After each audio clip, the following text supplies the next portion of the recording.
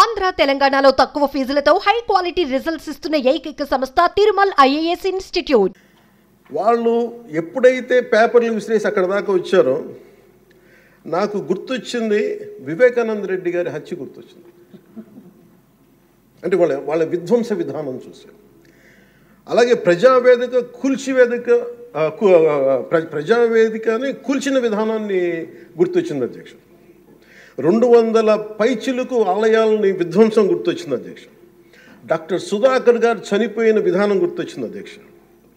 జంగారెడ్డి కల్తీ సారాలో చనిపోయిన చావులు గుర్తొచ్చినాయి అధ్యక్ష. సుప్రీంకోర్టు జడ్జిలతో లెటర్ రాసిన విధానం గుర్తొచ్చింది అధ్యక్ష. వాళ్ళు చేసిన గొడవకి మన హైకోర్టు ఆంధ్రప్రదేశ్ హైకోర్టు జడ్జెస్ని సోషల్ మీడియాలో బూతులు తిట్టిన విధానం గుర్తొచ్చింది అధ్యక్ష. సోషల్ మీడియా అబ్యూస్ గుర్తొచ్చింది అధ్యక్ష. పత్రికాధిపతులపై దాడులు గుర్తొచ్చినాయి అధ్యక్ష. రివర్స్ టెండరింగ్ గుర్తొచ్చింది అధ్యక్ష. పాలసీ టెర్రరిజం గుర్తొచ్చింది అధ్యక్ష. స్వయాన మీ మీద జరిగిన టార్చరు, దాడులు, ఇబ్బంది పెట్టిన విధానం గుర్తొచ్చింది అధ్యక్ష. మడడువుల విధ్వంసం గుర్తొచ్చింది అధ్యక్ష. చంద్రబాబు గారిని 53 రోజులు జైల్లో పెట్టి ఇబ్బంది పెట్టిన విధానం గుర్తొచ్చింది అధ్యక్ష. అమరావతి రైతుల్ని దారుణంగా రక్తాలు వచ్చేలా కొట్టి కేసులు పెట్టింది గుర్తొచ్చింది అధ్యక్ష. తిరుపతి కల్తీ లడ్డులు గుర్తొచ్చినాయి అధ్యక్ష. అబ్యూస్ ఆన్ విమెన్ గుర్తొచ్చింది అధ్యక్ష. మన కళ్ళ ముందు వీళ్ళు విధ్వంసం తెలియజేస్తూ ఉన్నారు. వీళ్ళు ఈ స్థాయిలో ఇక్కడ ప్రవర్తిస్తే దానికి సంబంధించి బయట ఇట్లాంటి గొడవలు జరుగుతాయి అధ్యక్ష. ఇది మారాలి అని చెప్పి మనం మాట్లాడితే ప్రజలు మనకి ఈ రోజున ఇంత అత్యధిక బలంతో మనల్ని ఇక్కడ నుంచోబెట్టారు అధ్యక్ష. ఇక్కడ కూర్చోబెట్టారు మనందరినీ. దీనికి గౌరవ ముఖ్యమంత్రి గారు ప్రదేశాలు చెప్తూ ఉంటారు. అలాగే ఇది మినిమం గవర్నమెంట్, ఇది మన నరేంద్ర మోదీ గారు చెప్తారు, గౌరవ ప్రధానమంత్రి. Minimum government and maximum governance అని. దాంట్లో భాగంగానే చాలా గ్రేట్ అడ్మినిస్ట్రేటివ్ రిఫార్మ్స్ పట్టుకొచ్చారు. ఈ రోజున వాట్సాప్ గవర్నెన్స్ కూడా ముందుకు తీసుకెళ్ళడానికి ఆయన అనుభవం.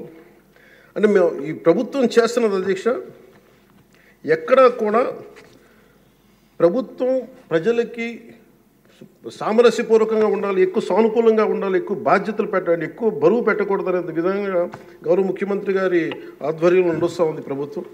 మేమందరం ఆయనకి సహాయ సహకారాలు అందిస్తూ ఉన్నాం అధ్యక్ష. Governor his excellency Abdul Nazeer గారికి రాష్ట్ర ప్రభుత్వ అధిపతిగా గవర్నర్ హోదాలో శాసనసభను ఉద్దేశించి రాష్ట్ర అభివృద్ధి భవిష్యత్ నమూనాను దిశానిర్దేశం చేసినందుకు వారికి నా హృదయపూర్వక కృతజ్ఞతలు. అలాంటి ఉన్నతమైన వ్యక్తి ఇస్తున్న సందేశాన్ని చూసి వైసీపీ వాళ్ళు బాయ్కాట్ చేయడం చాలా దురదృష్టకరం. ఇలాంటి ఆయన చూస్తూ ఉన్నాను అధ్యక్ష. ఇట్లాంటి ఇబ్బంది పెట్టే సమయంలో కూడా ఆయనకు ఆరోగ్యం కూడా సరిగ్గా లేదు, జ్వరం వచ్చిన సమయంలో కూడా ఆయన ఎంత ఇబ్బంది పెడుతుంటే ఆయన చాలా సక్సెస్ఫుల్గా ఆయనకి ఇచ్చినందుకు మనస్ఫూర్తిగా వారికి నా ధన్యవాదాలు, నా కృతజ్ఞతలు తెలియజేస్తాను. చట్టసభలు, దేవాలయాలు లాంటివి రాజ్యాంగాన్ని పరిరక్షించేందుకు 5 కోట్ల ఆంధ్రప్రదేశ్ రాష్ట్ర ప్రజల భవిష్యత్తుని నిర్ణయించే వేదిక ఇది. అలాంటి సభను హుందాగా నడిపించాలని కూటమి ప్రభుత్వం అధికారులకు వచ్చిన రోజు నుంచి తరచుగా చెప్తూ గౌరవ ముఖ్యమంత్రి గారు పదే మా అందరికీ దిశానిర్దేశం చేస్తూ ఉంటారు. గతంలో కూడా మొదటి రోజు కూడా వారికి ఎట్లా రావాలి పెడితే లేదు మనం ఇబ్బంది పెట్టొద్దు, వాళ్ళకి 11 సీట్లు వచ్చినా కానీ పాపం వారికి ఇవ్వాల్సిన గౌరవం వాళ్ళకి ఇద్దామని చెప్పి ఏ రోజు కూడా ఇబ్బంది పెట్టి గబుక్కుని ఒక మాట అంటుంటే గౌరవ సభ్యులు కొంతమంది ఇక్కడి నుంచి అలా చెయ్యొద్దు, అలా మాట్లాడకండి అని అందరినీ చాలా సున్నితంగా మందలించారు ఆయన. ఇట్లాంటి ఉన్నప్పుడు వాళ్ళు ప్రవర్తించే విధానం చాలా బాధ అనిపించింది. మేమందరం 164 మంది సభ్యులు చాలా బాధ్యతగా వ్యవహరిస్తున్నాం అధ్యక్ష. భవిష్యత్తులో కూడా రాజ్యాంగ పరిరక్షణ, రాష్ట్ర ప్రజల సంక్షేమం, రాష్ట్ర సమగ్ర అభివృద్ధి ధ్యేయంగా వ్యవహరిస్తామని సందర్భంగా గవర్నర్ గారికి శాసనసభ వేదికగా తెలియజేస్తాం.